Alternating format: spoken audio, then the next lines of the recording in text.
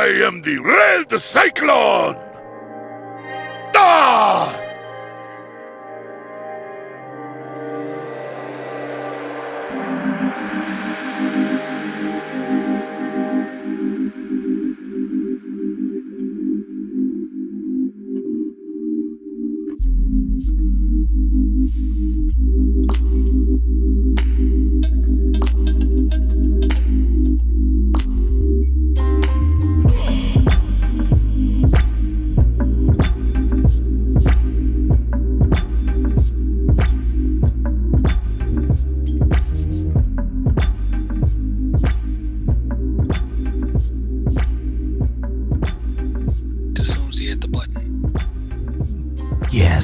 Yes, you can. Welcome to another episode of the It Gets Better, I Swear podcast. I am your host, Louis Beans, and I'm here with Commander Farrell. Yeah, man. And Merc with the mic. Yeah, buddy. And welcome to our podcast about anything and everything and anything in between. So This week we're going to keep with the trend of the show, which is up until Infinity War. We've been watching some Marvel movies to keep up and basically follow the plot line. Only the ones that are officially in the MCU canon, right? Yeah. Okay, so that means no, we didn't watch Blade. No, we didn't watch. Blade 1, 2, and 3. Although I recommend the first Blade 1 and 2. Yeah. Some motherfuckers always trying to ice skate up here, but so this week we are going to do the verdict for Guardians of the Galaxy. Yay! Yes. What a good time. So yeah, we made a boo-boo last week. Supposedly Guardians of the Galaxy was supposed to be for last week, and the Age of Ultron was supposed to be for this week. So the whole Thanos thing and the whole end credit would have made a lot more sense if we did Guardians first. Because this was the first Guardians. We're gonna start it. Yeah. Go on to it. Let's All talk right. about So it. first thing first, Thanos. This is the first appearance of Thanos in full body form. This is also Josh Brolin's first appearance as Thanos. Okay. So you actually see him as Thanos with the whole this whole armor, sitting on a throne and all that shit. And you actually really see like kind of how he's controlling and who he has as his little, I guess, pawns to do shit for him to get the gauntlet and stuff like that. Yes. So you kind of see that. The big connection into this movie of Guardians of the Galaxy is Gamora being his daughter, and the other one being his daughter as well. What's her name? Or the cybernetic daughter. Yeah. Yes. I just forgot her name. I forget her name as well, but that's fine. Go on. Yeah. So, Guardians of the Galaxy is a fun movie. From start to finish, it's just a really fun pickup movie. It came out when it came out in an awkward position because it came out a week before Ninja Turtles, and it did okay for its opening week, but then it got beat out by Ninja Turtles by a lot. That's because Michael Bay knows what he's due for his summer blockbuster spots. It's But just a then thing. people realized that Ninja Turtles sucked, and then Guardians went back That to swing. being number one. Also, just a credit to the movie. I think it did have the curse that they thought it would in the actual beginning, which was, hey, what the fuck is the Guardians of the Galaxy? Right. Yeah. Because But it word of had the mouth. stigma. Yes, it had the stigma of being one of the Marvel franchises that nobody really cared about. Yeah. Kind of like the Starjammers. So, this is obscure. And, I guess through word of mouth and in just, time, Yeah. people realize, wait, James Gunn, this is a masterpiece. This is a timeless classic right here. It's It crazy. is. It's crazy too because it came out the same year as Winter Soldier. Winter Soldier made all the money that year, and then for it to being pretty much that movie was paid for because of Winter Soldier. So basically, they didn't really have to go crazy if it didn't do crazy well or anything like that. This Guardians of the Galaxy kind of had the leeway as Ant-Man did. And what Ant-Man was behind what? Well, it was Age of MCU. It was after Age of Ultron, but it was like one of those test movies. Let's see how this does, and we go from there. And they chose the right director, because one of the things I like the most about this movie in particular compared to all of the MCU movies is just how it's shot. The direction, which you could tell is just like there's a clear-cut vision here. It's focused on Star-Lord and his I guess not obsession, but his like of the music of his time. So Well, that that's was- a huge piece. The it's- thematicness, yeah. Yeah, it's more of his connection to his mother. So that's the tapes he True has. story. Right. So that was the why he's so like adamant with that music and stuff like that, because that's the last thing he has of his mother. Although when they start the movie with the childhood memory, he was kind of a dick Yeah. and grab his mother's hand. I'm just saying. Yeah, Right. But you have to put yourself in his position. You don't know what to think. You didn't know. I'd have grabbed her hand. God damn it! Those emotions go crazy. yeah. He doesn't like grabbing her hand was like the acceptance of losing her. Maybe he just wasn't ready. It's clear he wasn't ready. Yeah, he didn't want to lose her, and that's the reason why he didn't grab her. He was Oh, yeah. boy. And you're right. He was but a boy. Yeah, this movie is probably one of my favorites. I think this is my number 2. After Winter Soldier. Yeah, Yeah. Winter Soldier number 1. This is number 2. Well, it's number 3 now because forgive me, I'm on Black Panther. Yeah, I I'm still, biased. Black Panther is it was good. I'm not gonna say deny that it was good. It's just You don't have to defend your choice. That's just my personal thing. yeah. I would put Guardians at 3 because the 2 caps and then this for me. Yeah, it's crazy though. But look, I really love the character development of this movie. I think all the characters work together really well, and it was just a straight out fun movie. The music soundtrack was amazing. How's this Batista's breakout role? He been in movies all before to this one.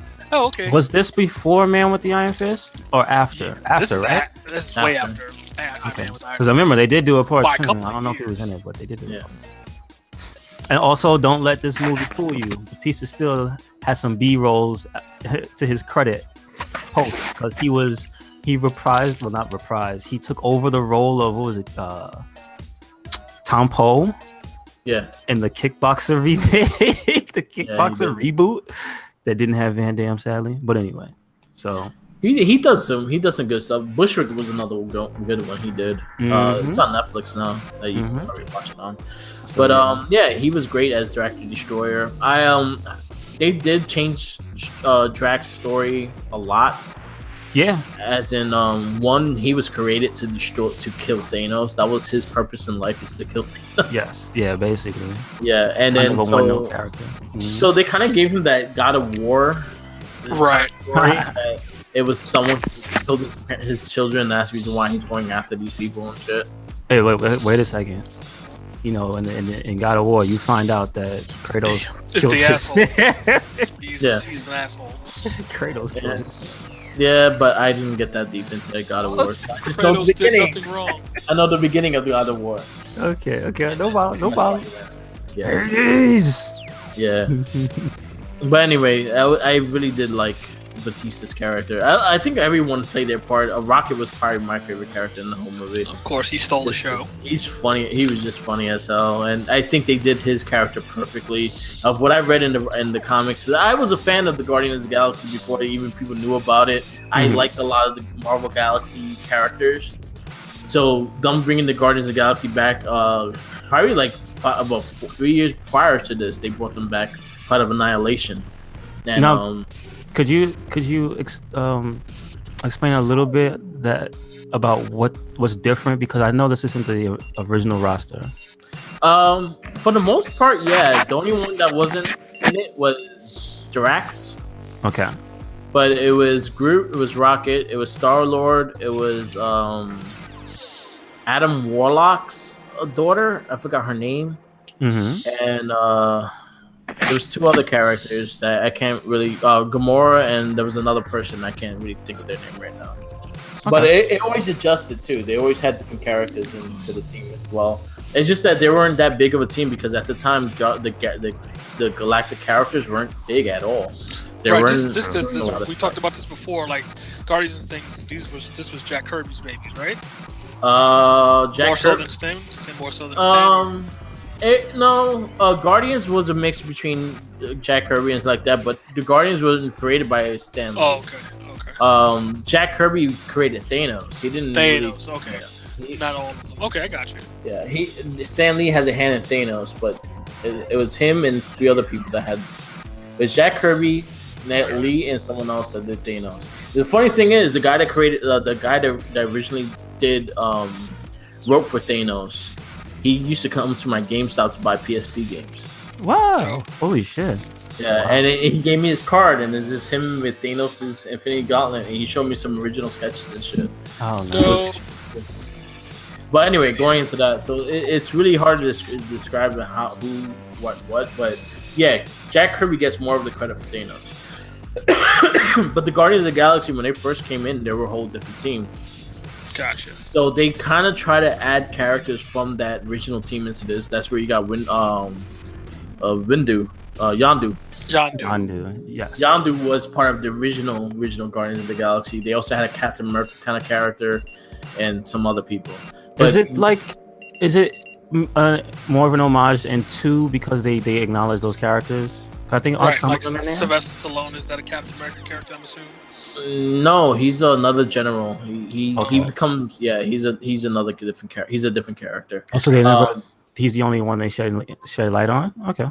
Yeah, he's the only one that they really show from the original Guardians of the Galaxy. Okay. And then the Astro Dog. Oh yeah, the little Cosmo dog that escapes. Yeah, Cosmo the Astro Dog. He's actually a really powerful character. Still waiting on that Howard the Duck remake. Yeah, and then also the bonus the Howard the Duck. But going into what we saw in Guardians of the Galaxy, they just opened up a whole new world of characters, because what we got before was just pretty much the Marvel superheroes in Earth. We haven't seen nothing really past Earth besides Thor. Right. This is true. So this opened us up to the Celestials and all that other cool beings and all so that. you got open up to the Nova Corps. You got open up to the Creed. There's a lot of elements in there that you get introduced to, and then going into the way they did these characters and how they built these characters was just such a great thing that they became as popular as the X-Men nowadays. They're like the top team besides the Avengers in comic books now. Besides, that's a credit to all the actors too, because they really brought everybody to life. Because again, it could have been bad. It can always be bad if the actors don't bring it. And that's the funny thing with Guardians. Guardians was a test movie. Guardians was like, let's see how this does, and then we could do more. And that was the one thing that Guardians did. It was a really test movie to see how it would go. And the fact that it did hit $1 billion eventually, and after the first week of Turtles, that was their only downfall. But that movie was #1 all the way to the beginning of October. Wow. Which is a good run. That's crazy. Hell of a run. And movies don't run that long nowadays. Yeah, and making like $30 million a week. So it did its job, and it did really well, and it bought itself a sequel. It bought itself, and then the characters themselves. You got new characters that kids will love to play with, and you got a really strong female character that you rarely didn't get, besides Black Widow and Scarlet Witch. You never had that brolic female character until Gamora. I have a question. Is Star-Lord super strong as well? Because Star-Lord has... in the beginning when she's beating him up, she clearly at one point she hits him, right? There's a part where she throws him, and then there's another part where she like physically just hits him, and it's like, can he take a punch from her? He could take a punch from her, but they never really got really deep into his powers until the second movie. Gotcha. Okay. Like he has powers in his own. I don't even think he knows what he has. And they never really explained it in the first movie, definitely. Yeah, in the first. Yeah, they keep it vague as hell. To us, he's just human. Yeah. So your suspension of disbelief is like she's pulling punches. She doesn't really want her. Yeah. And then there's also. No. You mean the sister, or are you talking about? No, I'm talking about Gamora when they first meet, and she steals the thing from him. Yeah. I'm assuming punches were pulled, but then again, like you said, we don't know. He might just be able to take it and doesn't really know why. So go on. Yeah. It's probably like something he dealt with already. Like no, but I'm asking, like, do you know? Is that in his set? Gotcha. No, he has durability power. Like he has regeneration a little bit. Maybe? Yeah, like he's not Captain America's strength, but he has subhuman strength. He's not like he's not a power character in any way. He's more with the guns and like that. So I'll say if you're gonna describe him as a character, he's like the Han Solo of Marvel. Right. In that generation, that's the character of Star-Lord. I'll say it for you. He's got plot armor. Yeah. It's just fine. But then again, when you go into part 2, it kind of explains more about his powers, and then you understand, like, oh shit, okay, I can see why he can take a hit. Yeah. Yep. So, and then again, he's not all human; he's half. He's half a planet. Spoiler alert: he's half celestial. Yeah. Well, half they a planet. do That's say, pretty good. But they do say he's half in the first movie as well. Yeah, they explain that his father's from space. Yeah. Especially Yondu, like always bragging that people wanted to eat him and shit. True story. Every time he was able to get. What, save him? It's like it's not normal for people to want to eat someone. Yeah, I think this movie was probably one of the funniest ones they had. And there's a lot of funny ones, but I think this one was meant to be funny in ways that the other ones weren't. And it's just the characters were so well done. Like Rocket had me rolling through this whole fucking movie. The surprise there is that's Bradley Cooper, and you can't tell. If nobody told me, I wouldn't be able to tell. No, you can't really. He does a really good different voice. Vin Diesel as Groot, which I remember was a joke. Yeah, but it just is funny because he turns into like the most endearing character, but it's Vin Diesel. Yeah, it's just saying one line, and that's the only thing. That's the only thing I'll give him credit for is Groot. Other than that, he can go fucking. Groot and Iron Giant. He's done this role before. Yeah, it's the same role. Basically. It's so good. I wonder if he's gonna be in Ready Player One. I hope so. He'll win an Oscar for just doing that. Okay. But yeah, the Groot was a great character and how they built him and stuff like that, and just the music in general. The music just fit the movie so well. It just balanced the whole movie so well. And probably one of the best Marvel soundtracks. Yeah, it is the best Marvel soundtrack. Who went nuts for that old movie? Yeah. Old music. True. Yeah, that was. I think that was the first soundtrack that actually got recognized for a Grammy. Oh, okay, makes sense. But also, it's just like those are classics. It's almost like you can't lose. But you can lose if you force it. What's the movie, Jay? That they tried to do that. They tried to get you. It was Suicide Squad. Squad. Wait a second. That wasn't a good movie. Come on, stop. No. Tried. But you said you almost can't do it when you do them. You know what I mean? You were saying about the music. Yeah. But like they tried to force that soundtrack into that movie, and it was bad. Like that trailer with the Bohemian Rhapsody. They just like this trailer because you like this song. No, it's shit. Your movie shit. They did the same shit, and they tried. They tried so hard, and they didn't try. Wait a second, can't let that slide. They copied. Yeah, I see what you're saying. Completely reactionary. Because remember that movie had reshoots to try to make it funny. Yes, it did. Because that movie was doomed from like the start. That was them trying to capitalize on Deadpool and Guardians of the Galaxy. Yeah, that was just a copycat movie. Like we're gonna make a rated R Deadpool. Yeah, it. Nah. Exactly. Let's watch that tape side. I'm sorry I brought it up. Yeah, but you nailed it on the head. Like they tried to do the same exact thing, but it didn't work for them. Stop it, DC. Boo boo. Yeah. But the point is the point. You're right. But because even Guardians 2 soundtrack, which the soundtrack makes sense for the movie, if you think about all the songs that are playing and what this movie's about, but the soundtrack didn't hit like the first one did. Yeah, I think though, to his credit, that was probably more the point for part 2. I think the first one was more like, you're gonna love the music, but the second movie was like the music is good, but also it more directly fit each scene or point. Yeah, it was like trying to tell you something for each. So that was the difference. Like there was a lot of like Cats in the Cradle and shit like that. Yeah, the missing father and shit. So it made a lot of sense for part 1. I think they just had a real balance of everything, of things that will like just hype you up and stuff like that. Listen, when you listen to it, like the Ooh Child in the ending when he fucking up this like that, and then shit, even the opening scene when he's dancing and he's getting it's the greatest fucking intro to a film and he's in a long time. Singing to the rat creatures. That shit is awesome. Like that running joke was fantastic because they played up in the movie about no one knowing who these guys are. It's like it's yeah. fantastic. Yeah. And by the end, of course, you fucking wind up learning, and it's just great. It's a really good direction, like you And said. then especially towards the ending, then you had the fucking Jackson 5 ending the song, ending the movie. What was that? What was it? On ABC. Yeah. Well, I think no. It's two different songs. Songs. No, ABC ended the movie. No. I'm talking about the song I was talking about. Oh, yeah. It sounds similar. Yeah, But it's not the same song. and that's the one with Baby Groot dancing. Mm-hmm.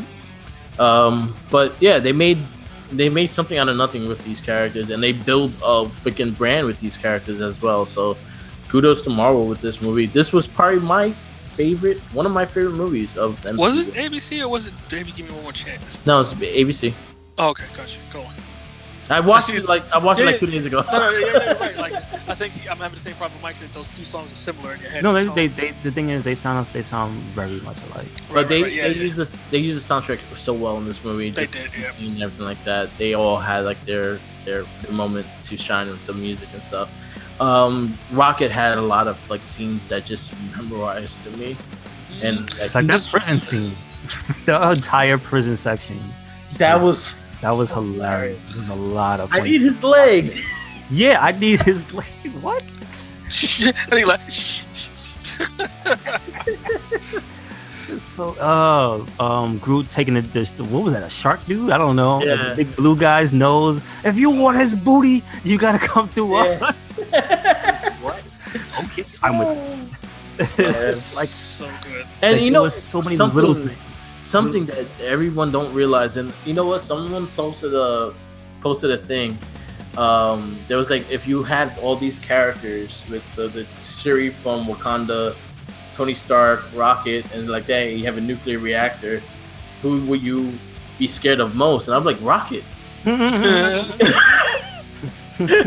Rocket's quite insane. Because Rocket's Forge. So he could just build anything. He could build anything with scraps, like little shit that you just find anywhere. He'll build something out of it. Call him a raccoon. Yeah. Exactly. So there was some thing with Rocket is the fact that you don't realize how fucking like creative he is, because he could build fucking anything. And he's my far done my favorite character in that movie, just because he made me laugh so fucking much. Yeah. And his story was fantastic, you know, just all around. And another good job of other movies who do it wrong is like, but then again, for certain things, it's just easier to do. But his CG looks good. When you write a story good, the character looks good, the cinematography works. Like you said, Mike, when everything plays to the same beat in cinematography, everything's forgiven. It's like you immediately just get taken out that Raccoon's a CGI fucking character through the whole film.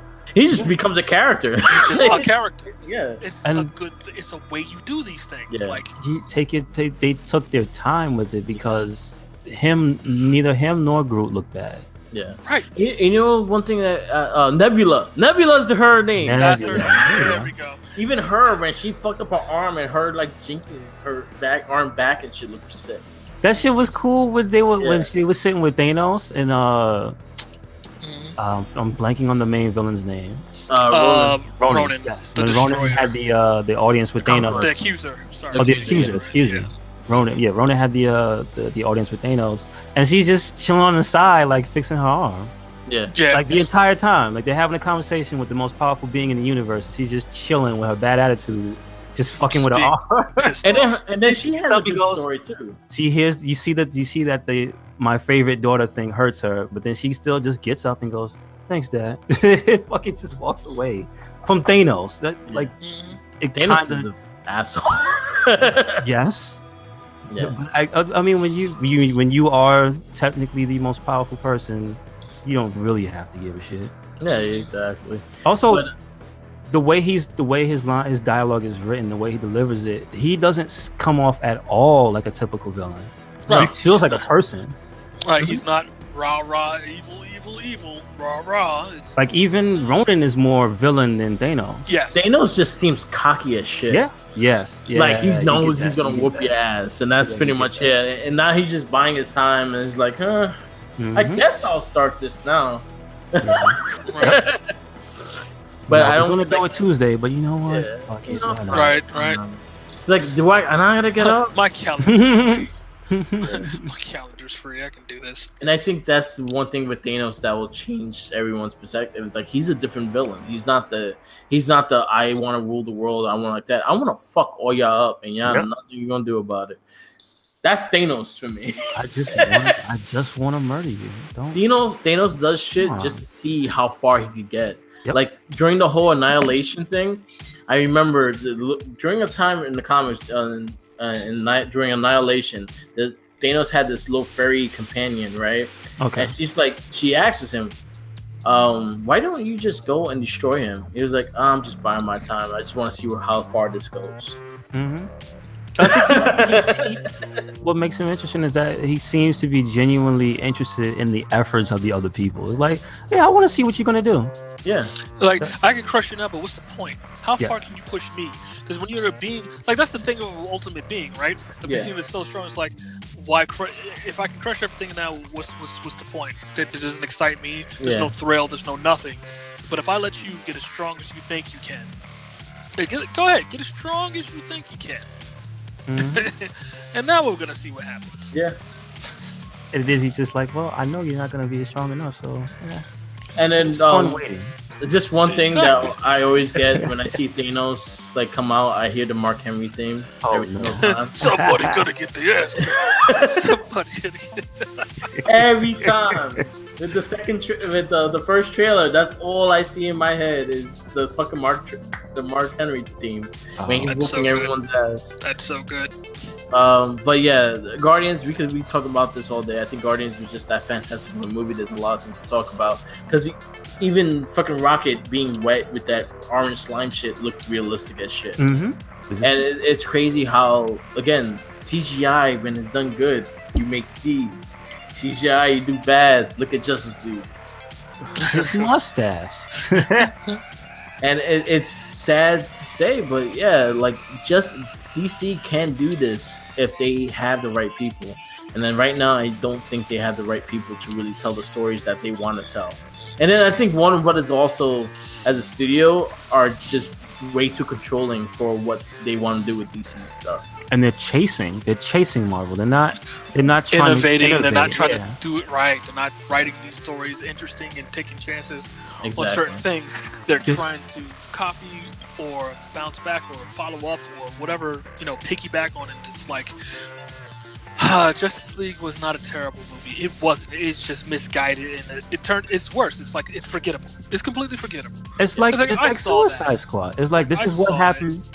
This is what happens when you keep trying to emulate instead of innovating. You get boring. You get uninspired. There you go. Uninspired's a good word. It's like that's not what. There's different styles of comedy. There's different styles of action. Find your voice, DC. That's it. Yeah. Don't copy. Make characters based on the characters you have, and not something that someone else is doing. And the personality types and the exactly the writing. Batman is not Tony Stark. Yeah, he's not, and he's never been. It never been. You never think they're the same character. The only similarity is that they're both rich. That's it. That's Superman is no Captain America's. Exactly. He is the ultimate Boy Scout. Well, he is, but he's definitely a different type. You know what I mean? Yeah, like because Captain America is more of a man lost in time, and then he's a soldier lost in time. Yeah, but you have Superman's more supposed depth. to be a man from another. Like the way they tried to play it up is like that, right? Yeah. Superman, instead of being a man out of time in the new, the Man of Steel in this verse, he's a man without a world. But it's like it doesn't work for him because he grew up on Earth. He grew up on Earth. He's a human being with powers. Is what he is. Yeah. He's lost all that. Oh, my planet did stuff a long time ago, but they decided they needed to play that up more. It's like, I guess. Yeah. He's kind of more American than most of the other heroes. And that's why he's American boy. Like Captain America will question ethics from the government and things like that. Superman, no. That's it. America. Yeah. Mm-hmm. One last thing. All right, so we got through most of the things we praised and like that. What do you guys think of the villain? Ronan? Ronan the Accuser. Yeah. I came around on him because at first viewing and remembrance, I just didn't really like him that much. Like he was never bad, but he was less memorable to me the first viewing. And this time he reminds me of like something like Aeon Flux. Like there's a art direction whenever he's around. Yeah, his look was fantastic. Yeah, they nailed his color. They nailed his character. He looked just like the comic. I don't want to. Not just that. Just when he's his lair. Just right. Yeah. Pieces where he's the center stage. If you look at how he's framed, it's always this grand piece where he's around. It's never just he's here. Even when he goes to what is it when they call him in? Yeah. I don't want to just call him Batista, but when he calls Drax. Yeah, when Drax calls him in. Yeah. Even that scene just becomes grand when he's there, and he's just whooping his ass, and he's trying his hardest to beat him, and he just gets dealt with. Yeah. But I like the art direction around and including like Ronan. He just looks awesome. I get what you mean. Yeah, like it's just that flow. Everything flows around it. That's the thing I think Marvel is very good at, is framing the villain, but also giving you environment and giving you set piece and giving you like just a feel like, oh, this guy's important. But look at it. Look at how nice it looks while he's being important. You know what I mean? Like, all right, and we're gonna take a little break right here, just to remind you to follow us on Tumblr, Twitter, Instagram, Facebook, also on SoundCloud. What we do is we have this podcast, the It Gets Better I Swear podcast. We also have the Wrestling Babble podcast that's hosted by Merc with the Mic, who's a frequent guest on my show, and that should be on Merc with the Mic on SoundCloud. We post those on YouTube as well, so you can check the Merc with the Mic podcast out on his YouTube channel, which is also Merc with the Mic.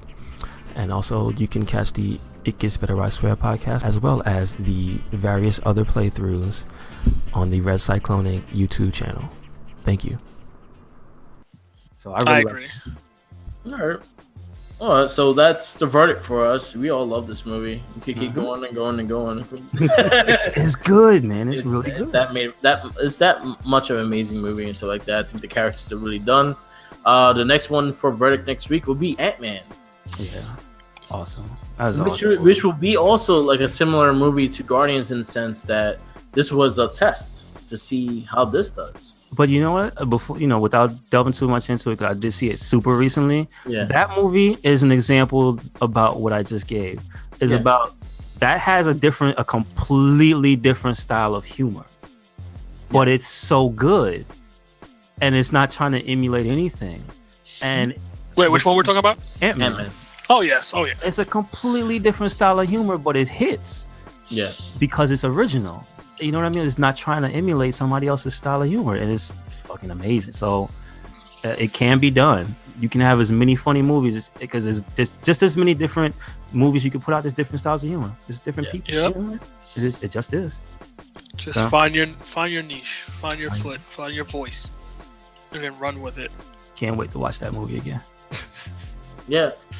Ant-Man is really good. I'm hyped about Ant-Man and the Wasps. Yeah, me too. Yeah.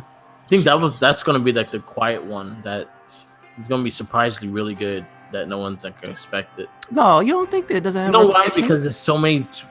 Black Panther and Avengers are like the biggest fucking movies in the world now. This year or next year? This year. It's this year. It comes out soon. It's not even that far. It's in July. Yeah. Okay, so that will be 3 months or 2 months? 3 months after Infinity War. Yeah, because Infinity War is coming out in April now. Yeah, it's good spacing for that. Okay. Yeah. And Deadpool gets the time to shine. Yeah, because it's in May, you said? May. Yeah. Then they changed okay. Because they moved Infinity War up to April. Yeah. Okay. Yeah. Gonna be a good time. Damn. This year, boy, I'm gonna be in that seat. Oh, I think in the next 2 weeks. The next 2 weeks, we got Pacific Rim. Yeah, 2. you told me. When's that? Next week? Next Friday. Yeah. Yeah, I would like to to point out. Tomb Raider. God. There are Pacific Rim for the newest movie. They've put out like promotional art. Yeah. Like posters and stuff. It's some of the coolest artwork I've ever seen for like I like the fact movie. I like the fact that they're making it look more of an anime. Mm-hmm. Yeah. Even more so than the first one. Yes. The posters are so dope. Because you can't do Guillermo del Toro's art. So if you can't do his shit, then do your own thing. And they're doing it pretty good. Yeah. All right. So it's super inspired from Japanese culture. You know it is. fuck, we call the fucking machines Jaegers. Come on. Yeah. Like, it's super inspired by Japanese, and I love that about it. It's like, if this is how you want to adapt an Eastern theme to a Western audience, he's doing it right. Yeah. You know? And it looks good. And then we got Ready Player One the following week. Yes. Which I'm excited for. Me and super Jake has excited been for talking that. about this for a long time. Yeah, since we heard the book, the audio book, read by Will Wheaton. Yeah. My only thing that I said that is gonna make me sad is the fact that Leopold is not gonna be in the movie. Yeah, so I learned some more stuff about that. Yeah. So apparently Leopard, that's the Spider-Man robot, right? Yeah. Apparently the people who own that are in no, not the Spider-Man robot, the Ultraman. They can't use Ultraman because the people who own Ultraman are in a legal battle in Japan right now for the rights of Ultraman. And Steven Spielberg just couldn't get the rights to it. But he was an Ultraman. It was Spider-Man. It's not part. Saban owns that. Ultraman was in it too. Remember? He was. Yeah, he was. He had the thing. He changed when he got on the thing. He changed into Ultraman. Yeah, he changed into Ultraman. But the Leopold is owned by Saban. Saban too. So that was a thing, and there was also another reason. Like, and the other big part of car, like they tried to get Star Wars stuff in there, but could not. Disney was not letting it go. They're like, we ain't getting profit. Nope. And it's funny because the dude who created the Death Star is in Ready Player One. He's in the movie. So there's a lot of interesting things about that, which I found out, which was really cool. But the movie's gonna. So we were right. Well, the Iron Giant is taking the place of the Spider-Man. Yeah.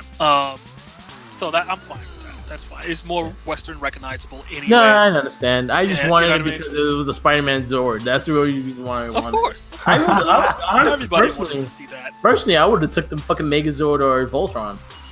That would have been cool too. I would have definitely took that as well. Ooh, Voltron. Yeah, that's pretty. Voltron would have been dope. Voltron would have been dope, or the first Megatron, first Megazord. I'm about to say, he could have got that from DreamWorks. Yeah. But thinking about that, but a lot of other stuff still made it in there, which is cool. There's a lot of changes. The overall thematic theme of the movie is different than it was in the book from the motivations, but that's fine. I just want to see what they do because my thing with the movie is I'm giving it as much rope as I possibly can because the book, there's so much world building, it's impossible in the amount of time they have for a regular movie. The movie would have to be 4 hours long. You know what I mean? It would be 2 parts. To do it, or be like 2 parts. They would have to make it a part 1 and 2. You know what I mean? So, but they're not going to do that. So they got to take some caveats. And from what I've seen from the trailers, it doesn't look like the caveats look fine. Yeah, they look fine. So I'm interested in that. I'm interested in that partnership with HTC Vive has with the makers of the movie because I think they're planning on something with the Oasis, with the VR shit we got going on already.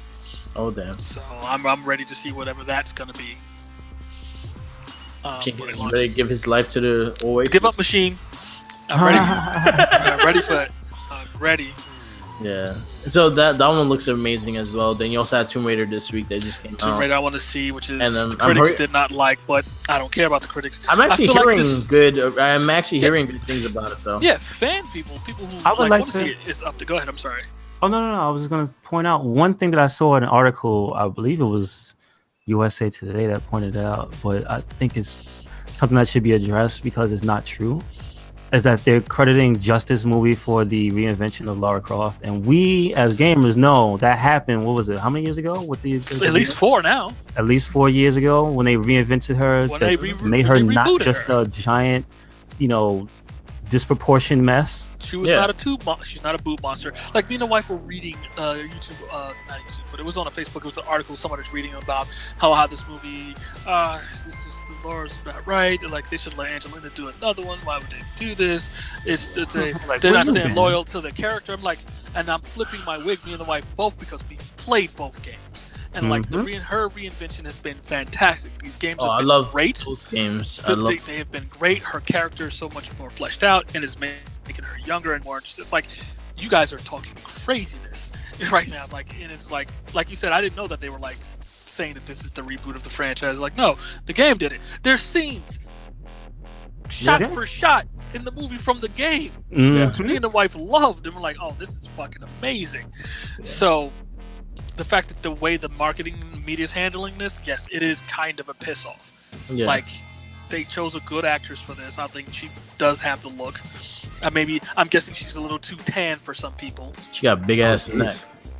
She's too tan. Jeez, people don't nitpick anything. No, I think she's fine. Like, I think she's fine. Like, that's not me. No, not you. No, I'm not saying you're echoing the internet's things. Reiterate it. I'm like, but come on, man. How the hell you know how white Laura Cross? She's like dirty half the game. Yeah, exactly. Than other people and her own blood. Exactly. So in the beginning of the game, you're trapped and you're already fucking sweating in dirt and all this shit. Like, I think her she's fine. I just saw her. My friend spotted her neck, and that's what I see. It's just a lot of neck. It's a big neck. It's a lot of neck. But I think she's fine. Again, I want to see it. I'll probably see it Tuesday for $5. Nice. Probably do that. Yeah, I can't. I would go see with you, but I gotta be able to see it with the wife. She disowned me if I don't take her with me. But it looks like so far, like I know two people that are a big fan of the game that saw it and they really enjoyed it. They said they wished they wish it was a bit more violent in the way the game was. Well, other than that, it was. I'm sure it's PG-13, isn't it? Yeah. Yes, yeah, that's what I thought. Like, it couldn't be as violent as the game is, because, yeah, that's a different movie. Yeah. Mm-hmm. Yeah. So she gets that. What's that climbing axe? Yeah. Oh boy.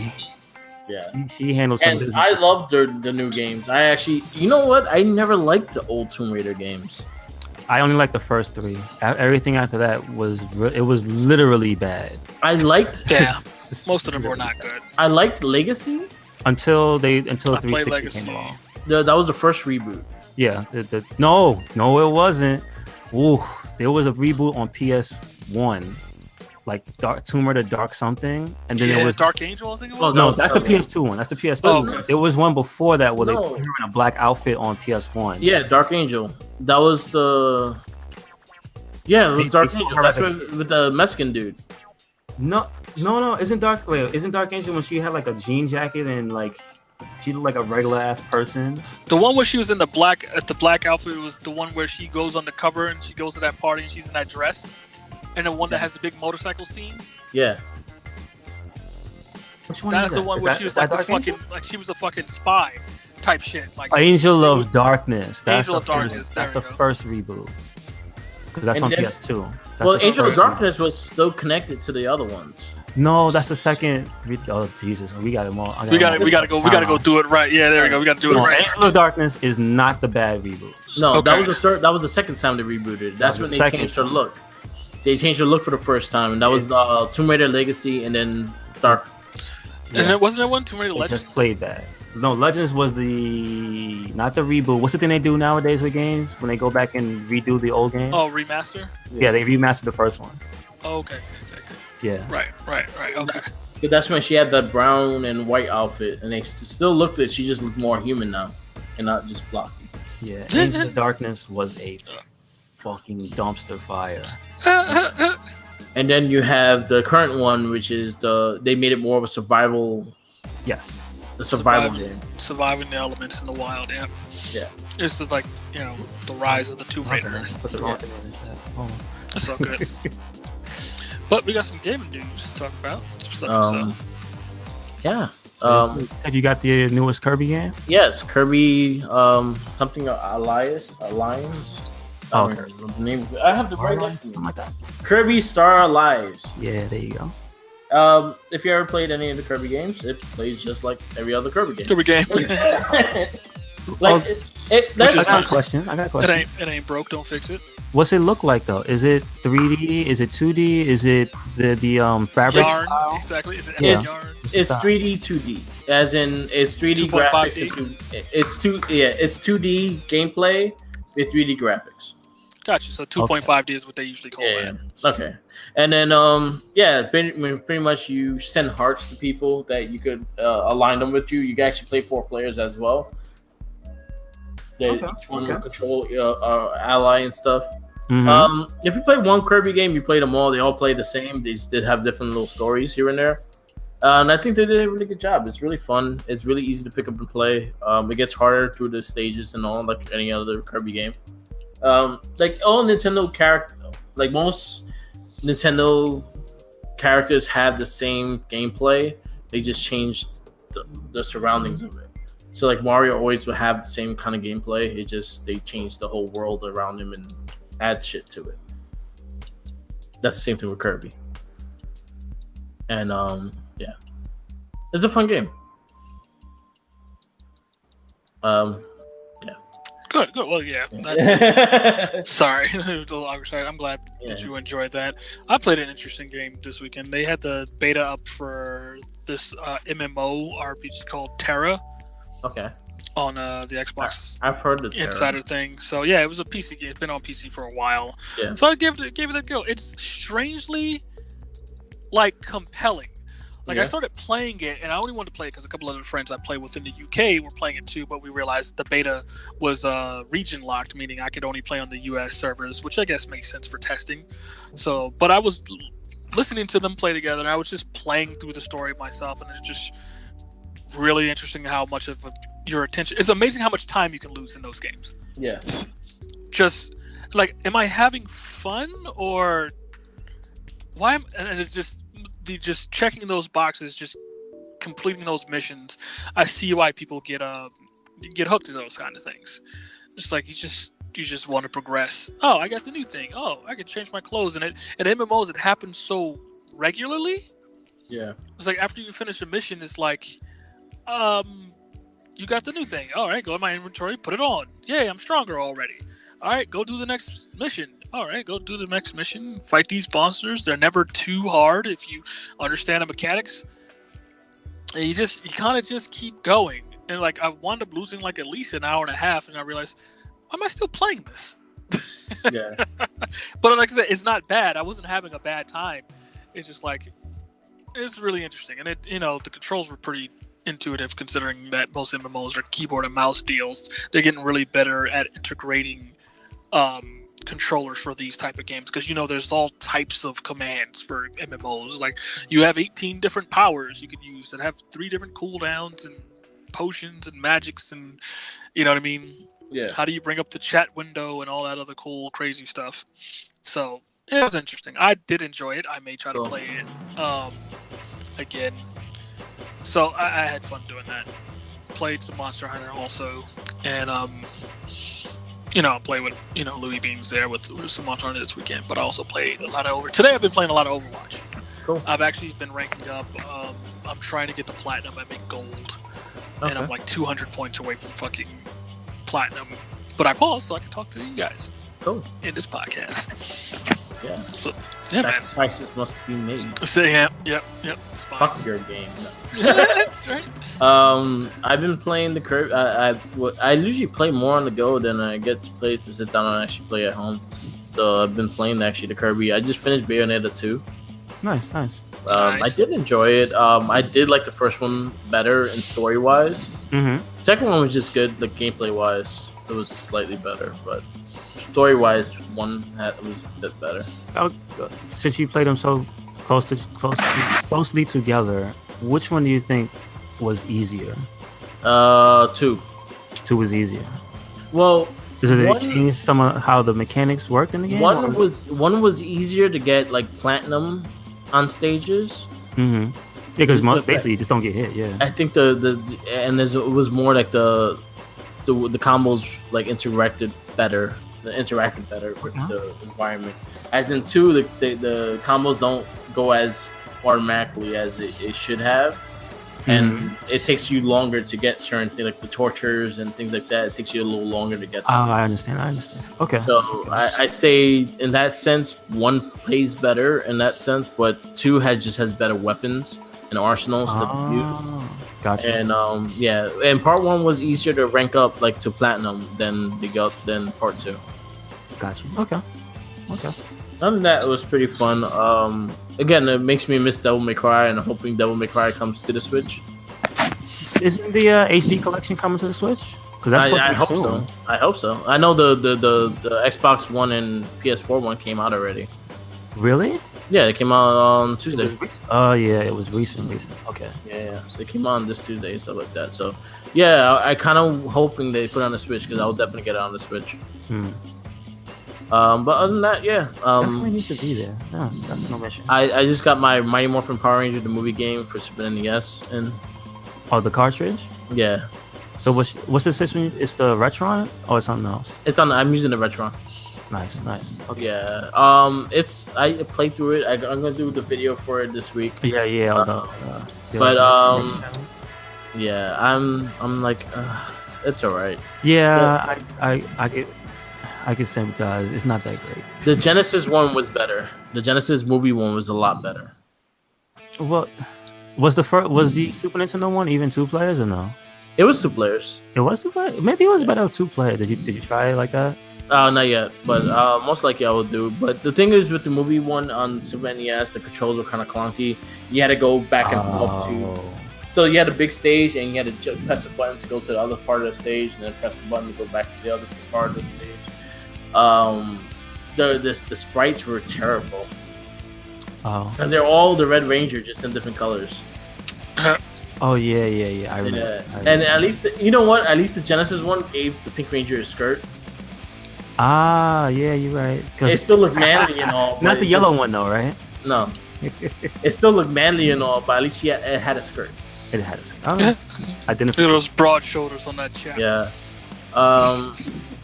I'm waiting for Far Cry 5. I think that's my next game that it looks pretty good. I just didn't realize until just now that they said it's got the campaign's completely playable in co-op. So I may get that because I would love to play that with somebody else. Yeah. To enjoy that experience. You guys know me. I like to play together all the time. So that kind of thing, I can experience that with somebody as opposed to just on my own. I feel like I could pick that up. Hopefully, I'll play with you. Well, which console are you thinking about? I'm getting an Xbox. Oh, okay. So then, yeah, there you go. I lose those games like first-person shooter-wise. I usually get on the Xbox. I like the controller a lot better. Yep. And again, and I also have my hard drive on the Xbox, which I have space. So Gotcha. Anything. Space. Spice. All right. I have a question for you guys, and maybe this will go for it. Push me into going into one of these games for the next video. Sleeping Dogs, Yakuza 0, or do it. Or Saints Row the Third. Which one I should do in the video? Oh boy, that's a hard one. More because it's about they're not short. No, they're not. They're not short, so it just depends on which one you like. If you want to go through a ridiculously fun time, fuck it, you can't go wrong with Saints Row the Third. Yeah. You can't go wrong with that. That's pretty much the best Saints Row. That's good video fodder if you want to do that, especially if you're going to be talking. Yeah, that's the best one. That might be it then. Yeah, I would say that or Sleeping Dogs, because Sleeping Dogs, it's a simpler game than Yakuza 0. Yeah, because Yakuza 0, you kind of if you don't want a difficult time, because some of the bosses later on are a pain in the ass. Yeah, you have to kind of grind some of the side quests, but they're not annoying to play. But like, do you really want to do all the side quests? Yeah, that's true. I don't know. So well, I'm debating which one I want to do in that. So I have Saints Row the Third from you guys. I have Saints Row 4 too, but I like the third better. Yeah, third is better. Third is better. Yeah. Third is the best one. Like I recommend it. Yeah, I like 2 a lot, but like to play 3 is the best one. Yeah. 2 had the doodle machine though. I love that fucking. It's a mini game where you literally ride in a septic truck with the holes open and you just spray everybody. You spray everyone with shit. That's so good. That's terrible. What else you got? Oh well, let me just get into some of the FGC. FGC said, please. And let me just put the spotlight out there that Final Round 2018 is going on. That's happening in Atlanta, Georgia. So that's the East Coast tournament. They were streaming last night on YouTube. I think there were some issues with Capcom Fighters Twitch because the chat was letting them have it. But you know what? This is an undersold thing about the FGC is that the members who aren't popular, the people that nobody know who hang out in the chat, I kudos to them, because when you're watching a fighting game tournament, not 100% of the time is your mind going to be focused on what's going on, because you're a spectator. So sometimes your eyes drift down to the chat just because you want to see what humanity at its worst. Right. And YouTube's chat is different from Twitch, because Twitch has the emotes and it has the things that you carry over from the person who you subscribe to, so they have custom emotes. Yes. So since YouTube doesn't have all that set up yet, at least not that I know of, not to that extent. So it's people complaining about, what's up with these children emojis? And somehow, some way, the chat just made it work. So you got eggplants everywhere. You got you got like screaming faces. You got it's like, how do you make the most basic emojis work? Somehow the chat made it work. So shout out to you, chat, for making Final Round 2018 a much better tournament this weekend. Just by your presence in the chat. Yeah, just by lurking it up. So good on you. It's not done yet. I think they're still doing pools today. So there's not really a comprehensive or rather a final tally of who's in what place yet, because I think maybe there's some tournaments still going on. Still early in the afternoon as we're recording, so it's not over yet. Right. But like all your favorites are there. You got Tokido, you got Infiltration still there. I think he's still using Jury. You got I think Sonic Fox might be playing Dragon Ball Fighters. Like there's all different types of games going on, and all the most popular players are there. Also, another thing I'd like to shout out about, especially Final Round, is that with these, well, they're not smaller anymore because these things blew up, but you still get your hometown heroes and whatnot. The people who can't travel as much, the people that you only see at some local events. Right. So it's a local, it's a local for them, but it's still a major because this is a part of the CPT, which is the Capcom Pro Tour. Gotcha. And that factors in at the end of the season, and they're gonna have usually they have a huge tournament. And I think this year the controversies with that whole thing is that Marvel is not a part of it, right? At all, and that's kind of sad. But we've been through that. Unfortunately, that game failed and people gave up on it. Apparently, it was Marvel that said, no, you don't want any more bad publicity, so you can't. Nah. Oh, you can't put it in the tournament? We're not supporting that. Nah. Gotcha. So, it is what it is. Nail in the coffin. But again, if you want to catch it, it's on Twitch.tv. Capcom Fighters is hosting the Street Fighter stuff. Basically, all the company's channels, I think, should be promoting their stuff. So, Dragon Ball Fighter Z should be on the Namco channel. Dragon Ball Fighters? Yeah, Dragon Ball Fighter Z. Or Fighters. Dragon Ball Fighters. But yeah, all this stuff is still in progress, is going on. Just hit up Twitch or YouTube. Just put in the name of your favorite game. They got Third Strike. They're doing legacy games. So they got Third Strike, they got Super Turbo. And people are freaking out because I didn't realize that the 30th anniversary collection for Street Fighter. Oh wow! People have it early, I believe. Oh wow! So they're testing stuff out, and these are gonna be, if these are good ports, they're more than likely gonna become tournament standards. So nice. With them updating these games means more people coming back to play, and just I guess more variety to watch on streams when you watch these games. Watch fighting games. So. Ooh. That's that FGC moment. Yes. Last but not least, Toys R Us. Yeah, liquidating assets. And it's pretty much done. Liquidation. So, did they say that they're not restructuring or not? That's it, they're done. No, they're done. They're closed. They're closing all their stores by the end of this month. That's a mass fucking firing. That unemployment rate going up everywhere. Yeah. That's terrible. It is. That's like legitimately terrible. So also all subsidiaries too, like Babies R Us, shit like that too. Huh. Wow. Yeah. Crazy. Now, did I'm sure there are lots of analysts like putting out the information on what it was, but do you know exactly like have they champion the cause for this whole thing? Or are they trying to keep it under wraps? I think it was more as the fact that they didn't change with the times, and they kind of just shot themselves in the foot. Eventually, like after a while, they wasted a lot of money in the Times Square location. They didn't make a lot off of that because people just went there to hang out. They didn't really go there to buy shit. They went there to price match. There, I said it. They went there to ride the Ferris wheel, and then when it was broken, they left. Yeah, like they didn't go with the times. And the biggest thing is that Amazon did the distributing for a long time. Instead of them adapting and learning how to do it themselves, they had Amazon do it. They had you getting used to Amazon doing it, and like, I might as well So Amazon was the exclusive retailer for Toys R Us when it started out way back when, before it was super big, and then it just stayed like that. And then, like you said, we talked about it's like, what cut out the middleman? I don't need to go to the store; it's just going to arrive at my house. And 9 times out of 10, it's usually cheaper on Amazon. Yeah, but damn, just. Remember I told you at the time? Sorry, real quick. Remember I told you at the time I went to the fucking Toys R Us in Times Square to buy a video game, and it was like $59. They told me, this is Times Square prices. Yeah, I remember Midtown that. prices. I could not believe it. It was like at least a good $10-$15 more than it was supposed to be. Mm-hmm. For just regular retail. It wasn't a deluxe edition that I'd be doing now or special. It was just a regular copy of a game. Not for nothing, they were.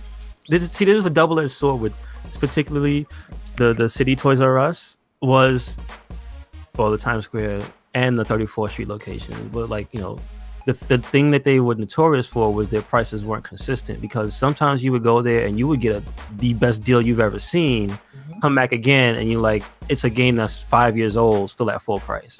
Yep. So it's like, you can't, gotta cut that shit. And too late now. Look how long it took Toys R Us to adjust from the paper. Remember you had to take a paper out to buy a game, and then you picked up the game at customer service. Right. Look how long that took to change. That was a while. They that was post move. They still had that. Yeah. Because even when it first opened in in Times Square, they had it. That's what I mean. Like when they moved from 34th to there. Yeah. Like they still had that arcane system. So yeah. Oh man. Won't nobody else moves to the future like B&H. Yeah. I mean, listen, when you got that e-commerce down, like that's a blessing. It's sad to hear, but you know what? They kind of. Not for nothing. All right, I have personal experience with this because that's what happened to a degree. To the Pokemon Center? Evolution is what happened to the Pokemon Center. No pun intended. Was that Pokemon was basically what do you call that? When it's not there to make money, it's there for brand recognition, right? Yeah. Right. But they could have been like Toys R Us and have had a lackluster e-commerce department, but but Pokemon was on top of this shit since like 2004 or something, like 2003. Yeah. They were. That's one of the reasons why it's still so, like, even when they changed it from Nintendo, why it was still so popular was just because it was already such a for consumers in that area. Yeah, it was a staple. It was a staple. Yeah, and it was just like, oh yeah, even if I can't shop in this store, I also know that thanks to the way they handle their e-commerce department there, they let people know, oh no, if you can't get it here, go to the Pokemon Center blah blah blah website and you can find blah blah, and it was just like they were doing that ahead of time. Like this was before Amazon and stuff got real big, so like is evolve or die with stuff like that. You have to. Yeah. So and that was what happened. They didn't evolve. They took too long to evolve, and then when they started doing it themselves, it's not that great of a service either. Exactly. I mean, it's something to be said for why it made sense. Toys R Us started off. That was the last, like, besides all the mom and pops that you could find around a big city like New York City, but it was the last bastion of that was the toy store. You think of toys, you think of Toys R Us, and so there's something to be had for them not even wanting to change too much. It's like you want to go there for the wonder, the shelves stocked with everything that you could imagine of toys and things like that. But like you said, let's pull it back forward. That Times Square store, I dreaded going into. Yeah, it was always crowded. And they had nothing. And then Ferris wheel was always broken. How is the main attraction never working? Because it was something. It was an expense that they realized was just too expensive to maintain as much as they need to. I could only imagine the bill to fix a fucking Ferris wheel. Yeah. You know what I mean? To power that thing every single day. Yeah. You know what I mean? That power, just the cost, the sheer cost. You have to pay an employee to be there. You probably have to pay safety people on site that you had to keep. You know what I mean? On site, even you had to pay them even when nothing happened. You know what I mean? They had to be there. True. And and then nowadays you have your cell phone. You can easily price check on your cell phone, then you even have to go to another store. You walk in there, look at this thing. Well, how much is it? Oh, let me see. Amazon got it for $5. Orders it from Amazon while walking out of the store. Exactly. You know So what I mean? and that was the thing also, that Toys R Us prices were kind of high compared to other. But like I said, that's where, because they had to for that location. Like I said, when they told me they're closing that store, there was like rent. I was like, jeez. Yeah. Oh shit. Yeah, man. Because that store didn't make profit. That store was draining their profit more than anything. Yeah, that's basically what it came down to. It became money a hemorrhage. Yeah, it was hemorrhaging cash. They had to get rid of it. They should have closed that a long time ago. They shouldn't have kept. They should have kept the 34th Street one open. I don't even know what that was. They had two locations. They had 34th and 14th Street. They should have kept those two locations open. They went big. Excuse me. Yeah. I'm saying I don't know what happened. No, I know what happened. They went bigger. So yeah. So what happened? Then they failed. And then there's this weird stuff they were doing, like in the 34th Street Mall. There was the Toys R Us. I guess it was a fucking warehouse store. Remember? I think I forgot who I went there. Oh yeah, that was the Express. It was like and it was just a bunch of steel girders holding up toys. Yeah. No set dressing, no nothing. You just walk in unceremoniously. Like it's just like. It was weird. It was just weird. That's all I could describe it as. It's like, it was like a factory store. You just walked up there and you looked at shit on the shelf. And it wasn't a wide selection at all. No. Gosh. It's like, what? And I'm like, what? They had all the toy rejects. They had all the store. They had all the main toys, and then they had the reject, like what was it? Stretch Armstrong, and then you had like you had a shitload of Iron Sheik figures. You had Lanky Larry, which was the replacement. Is that what? So, like, say for instance, you had the Power Rangers. They will have only the Ranger that no one liked, or just the monster. Oh, so it was basically like the overstock. Yeah, pretty much. Oh, that's terrible.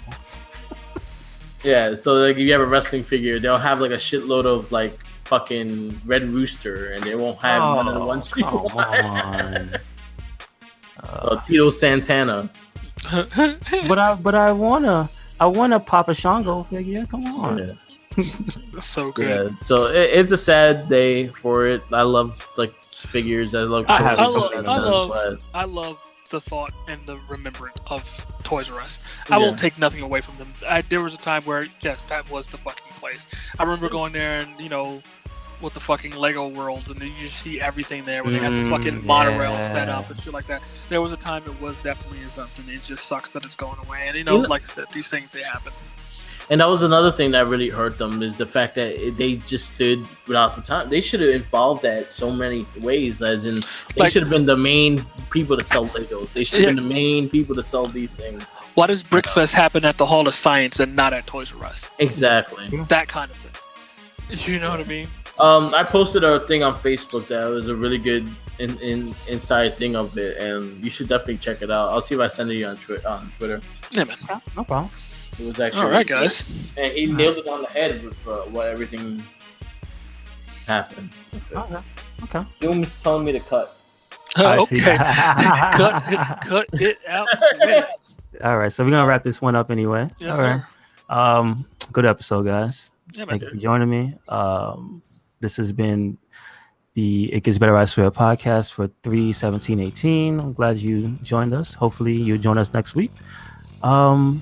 Catch us at RedCycloneInc, and that's on everything. We're on Twitter, we're on Tumblr, we're on SoundCloud. Where else are we? WordPress. You can catch this video and the Wrestling Babble, which we recorded earlier. So this is going to be on the RedCycloneInc YouTube page, and we're going to have the Wrestling Babble on Mark with the Mike's YouTube page. Yes. Also, what's the Wrestling Babble board is on Facebook? Yes, Facebook. We just hit 275. Nice. And we just had Fastlane review, so I'm sure there's a lot of posts there. Yes. A lot of people still excited. This is the road to WrestleMania. Yeah. A lot of stuff going on. But for us, if you want to just check out our playthroughs and whatnot, check out the YouTube channel. And we'll always put information about the things we're doing and things we're posting, because we like to post a lot of information about the stuff that we like and, you know, connect with other people that way. So check out our social media and hopefully you'll find something you like. Yep. And that's it for this week. Later, guys. See you next week. Right, Ant-Man. Yes, Ant-Man. Peace. Thanks.